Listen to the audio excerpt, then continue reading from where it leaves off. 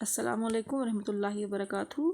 بچوں، آج ہم پڑھنے جا رہے ہیں سبق نمبر 1 اور جس کا عنوان ہے خدا کی شان۔ خدا کی شان یعنی کہ خدا کی بڑائی یا خدا کی عظمت۔ تو یہ ایک نظم ہے جس کے کہنے والے جو ہیں وہ ہیں خواجہ الطاف حسین حالی۔ خواجہ الطاف حسین حالی جو ہے اردو کے بہت مشہور شاعر گزرے ہوئے ہیں۔ تو انہوں نے اکثر اپنی نظموں میں مسلمانوں کو بہت ساری نصیحت سے نوازا ہے، اپنی نصیحت نوازا ہے۔ تو اس میں یہ خدا کی بڑائی اور خدا کی شان کو کن الفاظ میں بیان کر رہے ہیں اس کو دیکھتے ہیں ہم۔ تو شروع کرتے ہیں اے۔ سب سے پہلے اس بات کو سمجھنے کی ضرورت ہے کہ یہ اے کا لفظ جو ہے یہ جب بھی کبھی کسی نظم یا کسی شاعری میں استعمال ہوتا ہے تو اس کا مطلب ہوتا ہے کہ شاعر جو ہے کسی سے مخاطب ہے، اور یہاں پر شاعر کس سے مخاطب ہے؟ خدا سے۔ تو اے زمیں آسمان کے مالک، ساری دنیا جہاں کے مالک، تیرے قبضے میں سب خدائی ہے، تیرے ہی واسطے بڑائی ہے۔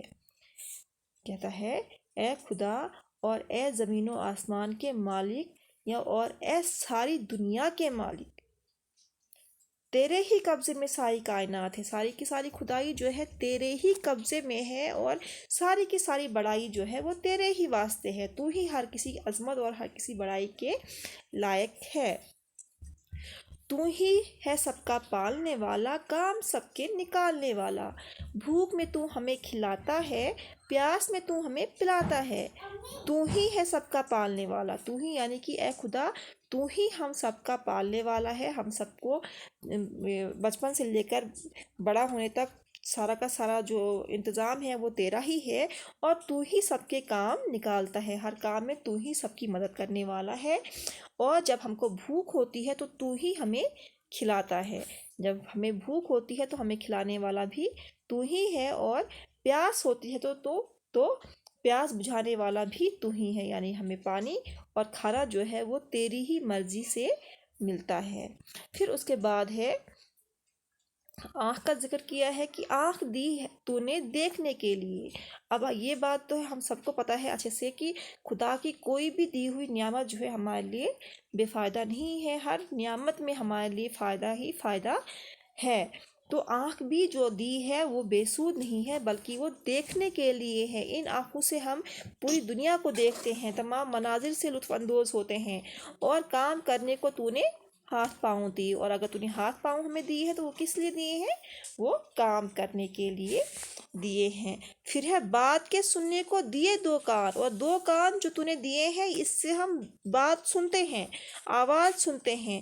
کہنے کو تو نے بخشی زبان، اور جب ہم نے بولنا ہوتا ہے تو ہم تیری ہی بخشی ہوئی زبان سے اپنی زبان سے بولتے ہیں۔ دن بنایا کمائی کرنے کو، اور اگر تو نے دن بنایا تو کس لیے بنایا؟ کمائی کرنے کے لیے۔ اور اگر تو نے رات بنائی، رات دی تو نے نیند بھرنے کو، اور اگر دن جو ہے تو نے کمائی کرنے کے لیے یا کام کرنے کے لیے بنایا تو رات جو ہے تو نے آرام کرنے کے لیے، اپنی تھکاوٹ کو دور کرنے کے لیے بنائی ہے۔ پھر ہے آئی موسم سے تنگ جب خلقت، خلقت یعنی کہ خلقت کہتے ہیں مخلوق کو یا لوگوں کو۔ تو نے موسم کی دی بدل صورت، گرمیاں ہو گئی اجیرن جب تو نے برسات بھیج دی یارب۔ اب کہتا ہے کہ جب انسان جو ہے موسم سے تنگ آ گئے، کسی موسم سے تنگ آ گئے تو نے کیا کر دیا؟